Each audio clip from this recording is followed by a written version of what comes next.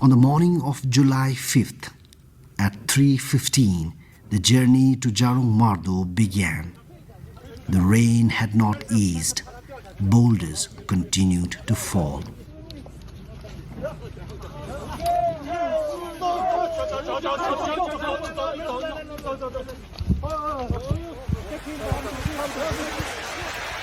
After 3 hours on the road, the group began their trek on foot from the roadhead at 6:30 in the morning. The path was soaked, steep and slippery due to days of continuous rain. Midway through the climb, Rinpoche suffered from mountain sickness and began to vomit. Frequent rests and the group's collective care allowed him to continue.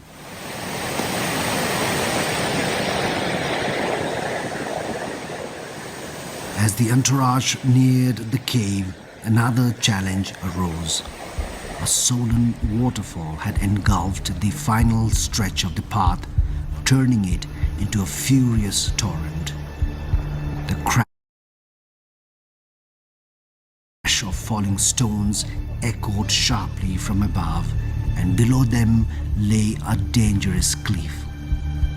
Seeing the risk, for a moment Her Majesty hesitated. The thought of returning crossed her mind, but her inner intuition made her pause. They had come this far, overcoming every obstacle along the way. Returning was not an option. With quiet determination, Her Majesty decided that the journey must continue. With no other choice, Rinpoche and Her Majesty had to be carried across the raging current on someone's back, their lives entrusted to the strength and devotion of their companions. A single slip would mean certain death. Against all odds, the group crossed safely. By the time they reached the sacred cave in the early morning, the rain had ceased and the sun emerged softly as though nature itself was offering its blessings. At that very moment, Tashotsering Doji played a jolling melody on his mobile phone, guiding Rinpoche gently toward the sacred cave. The place was serene and breathtaking, and remarkably, size and shape of the cave were exactly as Rinpoche had described in Tsawarong 6 years ago. It was the 10th day of the 5th lunar month, Guru Rinpoche's birth anniversary. On this auspicious day, Rinpoche entered his predecessor's cherished cave. The lone meditator who had remained in this sacred place for the past 18 years offered Guru Rinpoche's hat and mandala offering of body, speech and mind. Rinpoche, who had been suffering from mountain sickness, began to feel better almost immediately after the ceremony, as though the blessings of the place embraced him.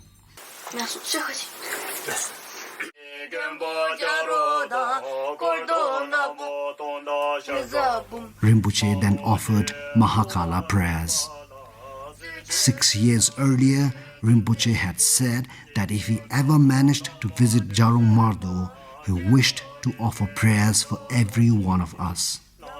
We are deeply fortunate that he fulfilled this aspiration on this auspicious day. But in the midst of offering the prayers, Rinpoche suddenly began to cry, his voice trembling until he could no longer utter a single word. For a brief, powerful moment, time stood still.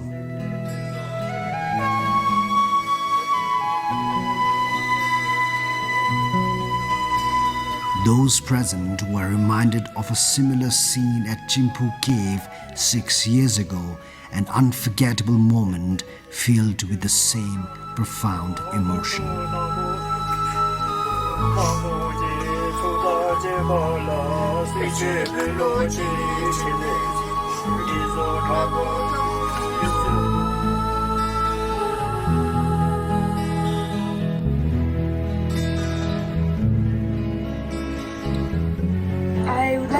that nothing would have been possible without. When he finally completed his prayers, Rinpoche turned to thank everyone who had helped him reach this sacred place despite all the challenges. He said he felt as though he had finally come home. Then, with deep sincerity, he shared the reason behind his tears. These aren't cries of sadness, like I said. These are the cries of happiness. I thank everyone here today.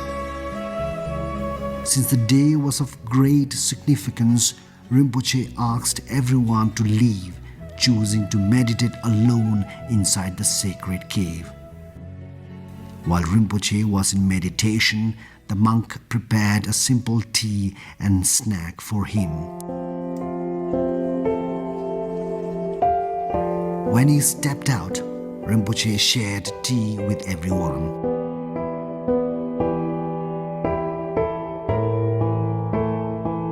He then turned to Her Majesty and his mother, gently asking if they too felt happy to have come to this sacred place.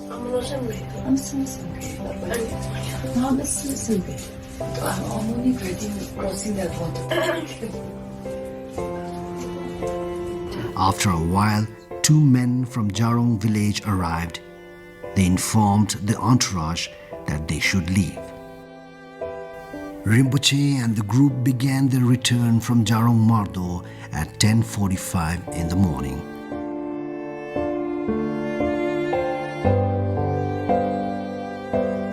The descent proved more difficult than the climb as the rain-soaked path had become slippery and treacherous.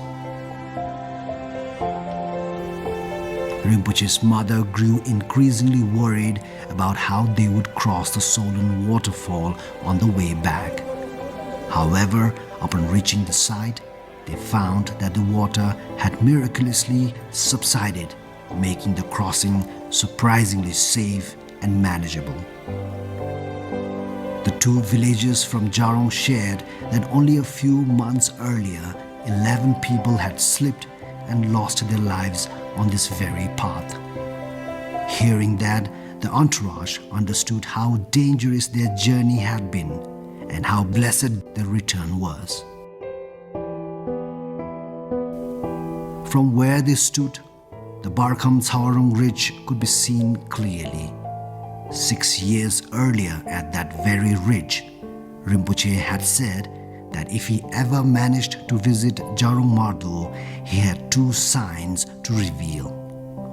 Now, since Rinpoche is 12 years old, his recollection of past life has passed the age limit, yet Rinpoche experienced a vision, one in which, besides meeting Buddha, he also met Mahakala in the form of deity Mardho, who took an oath to accompany him and clear all obstacles on his path.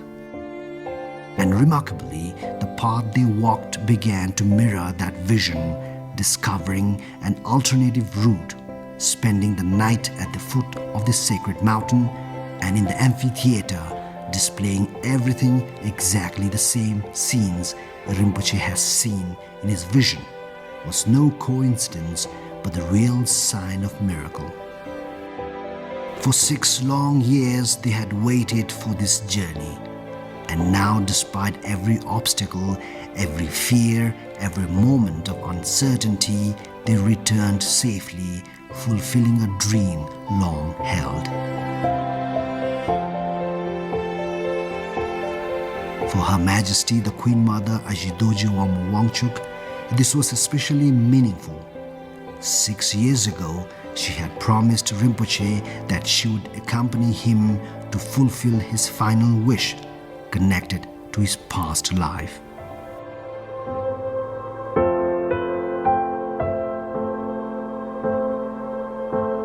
Although she is now 70, Her Majesty trekked every step alongside the group throughout the arduous journey, an inspiring and miraculous feat in itself.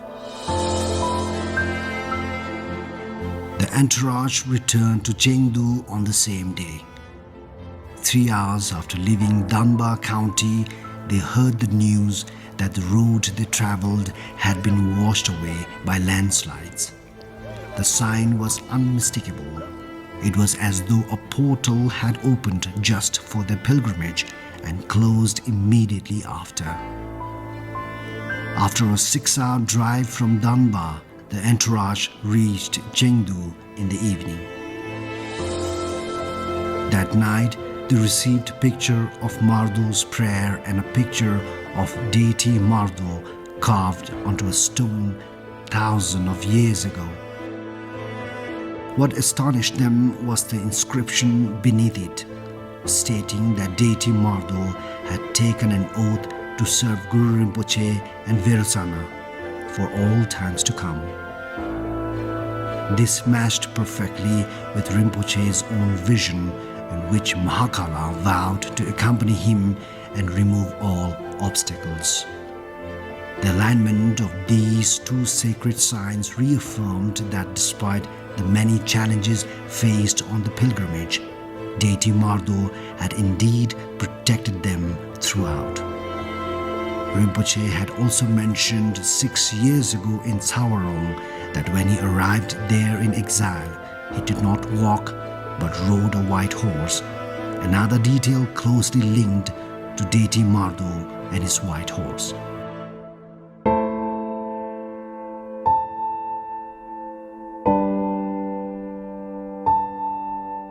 On the morning of 10th July, Rinpoche visited the temples at Wutishan. At 4:50 in the morning, Rinpoche offered prayers with 27 Buddhist monks at Pusading Monastery. Remarkably, the day coincided with his Bhutanese birthday. It symbolized the closing of the first chapter of his life and the beginning of a new phase as he prepares to join Tango University next year. Visiting Manjushri at such a pivotal moment was deeply auspicious.